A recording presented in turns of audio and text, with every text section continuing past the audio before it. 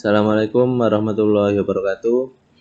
Kali ini saya akan bercerita tentang cerita pendek saya yang lain.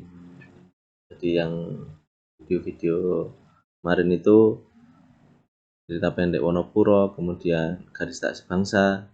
Kemudian ini adalah cerita pendek saya yang berjudul Bukan Karena Baju Lima Warna. Jadi antara cerita dan refleksi Hari Kesaktian Pancasila. Nah, ini cerita pendek saya, juga terbit di koran yang sama di Radar Mojokerto di rubrik Serambi Budaya Bukan Karena Baju Lima Warna.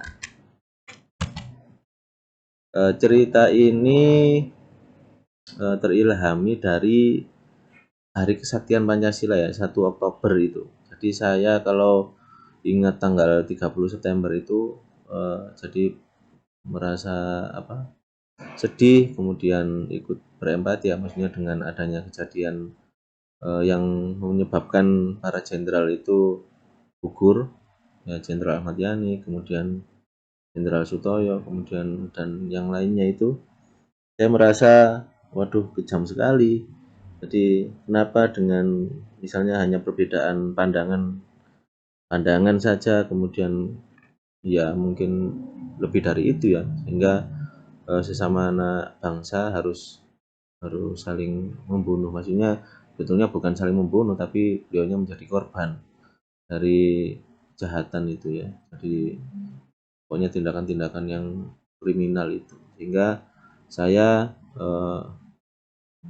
berusaha atau mencoba untuk membuat cerita pendek berjudul Bukan Karena Baju Lima Warna. Bukan karena Pancasila kemudian dianggap bahwa setelah Indonesia merdeka itu Pancasila sudah tidak digunakan lagi, katanya kan begitu orang-orang yang berpaham komunis itu kan.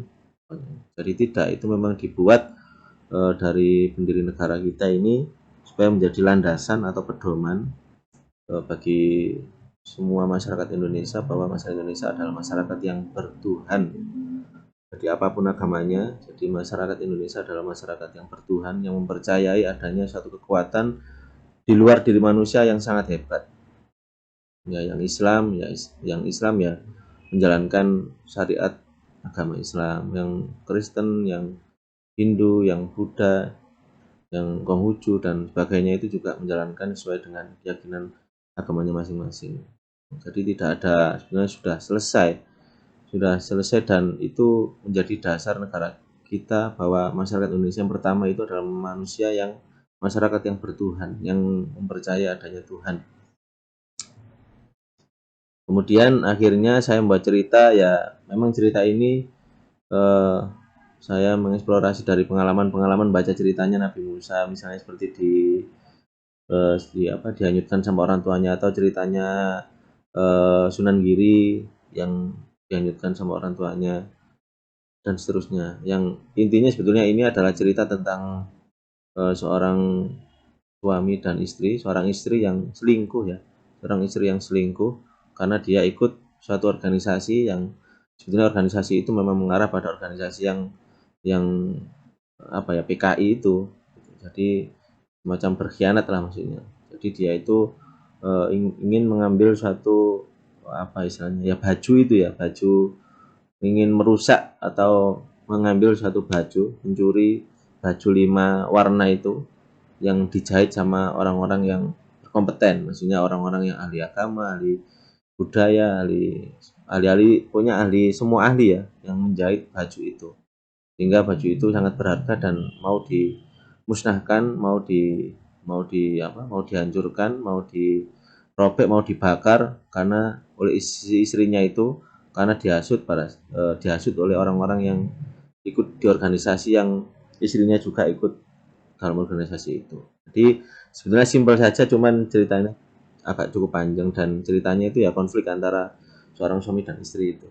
Cuman ini baju 5 warna itu maksudnya ya Pancasila itu. Jadi bukan karena baju 5 warna itu.